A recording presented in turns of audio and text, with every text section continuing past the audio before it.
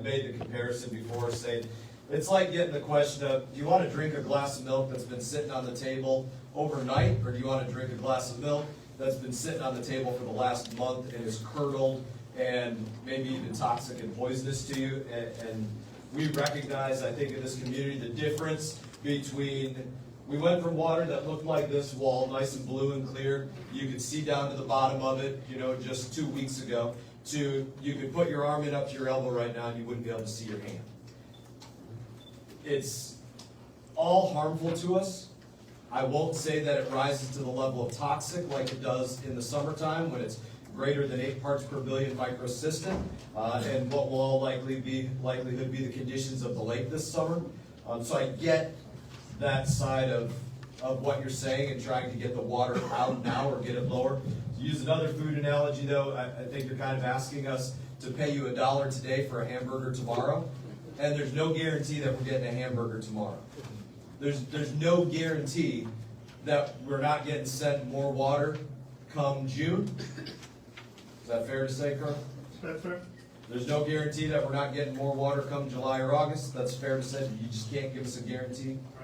Right. So, and I think that's what makes this part even tougher to swallow, aside from just the degradation of our beautiful waterway here. And so I think, in my opinion, one of the most important things for us to understand that I don't fully understand right now is the risk envelope that we are facing. And I know you have a presentation, and I'm sorry that I won't be here for it. This was a later scheduled meeting that I didn't get to put on the calendar in the same way. But if you don't mind me asking, what are we looking at as the limited risk envelope towards the Herbert Hoover Dike now? So, said another way. Thank you, Ben. Yeah, Please. absolutely, and I'll try to stay back. Is your question, what is today's risk of life, health, safety impacts of water that's behind Lake Okeechobee and Herbert Hoover Dike today? To say it clearly, we're operating under LORS, right? Correct. There is no implemented LOSUM at this point. Correct. I think that's just an important point to say, because there's a lot of BS artists out there that are trying to undermine LOSUM, saying this is all the fault of LOSUM, and so let's try this again.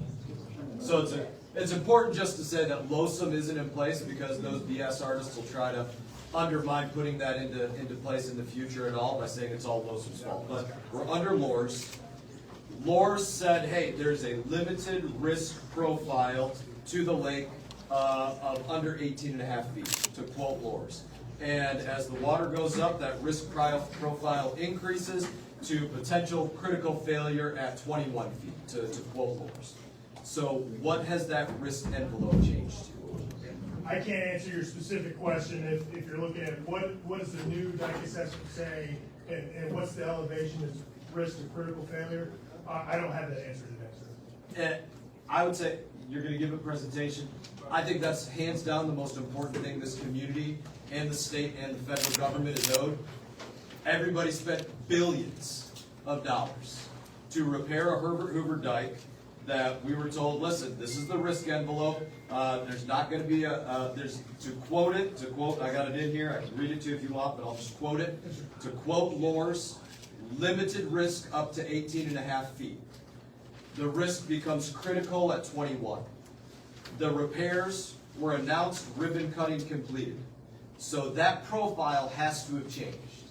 And so if that profile has changed up 1 foot to it's very limited risk, not really anything to hugely be worried about as it states in there. Now is it 19.5 feet, a foot higher? Is it 20.5 feet, a foot higher? And does critical go from 21 to 22 or from 21 to 23? And that tells us what that buffer is, that we have going into hurricane season, rain season, that kind of thing. Even being at 16.3 today, if that risk envelope went up a foot, and so it's not anticipated critical from what was 21 to now 22, that is 6 feet of water, basically, from where we are today.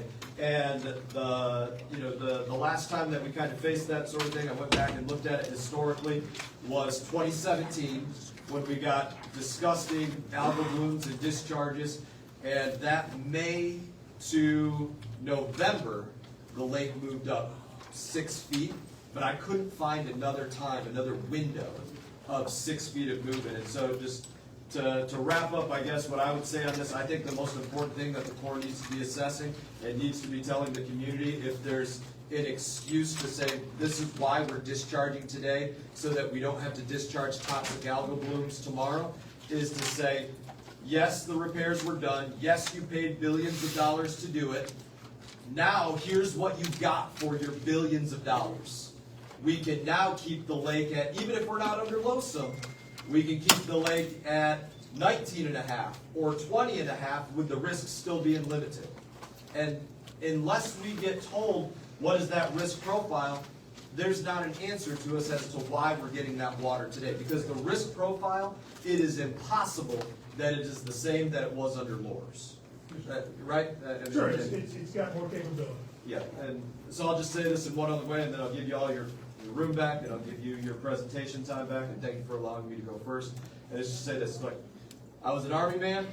I respect you as a colonel in the U.S. Army. It would be unacceptable for any colonel on any battle space in any time to say, listen, I've got a new map today, but I'm using a map from 5 years ago, right? That would be unacceptable military operations anywhere. And that being said, you have a new map for 2024 that includes a new risk profile, repaired Herbert Hoover Dike, different things that you can do, whether it's related to the lack of a Cape Sable seaside sparrow or flow equalization basins or what you can hold up north of the Kissimmee or you name it. And if that new map is not being taken into account in every bit of that risk profile, then it's not being done the right way.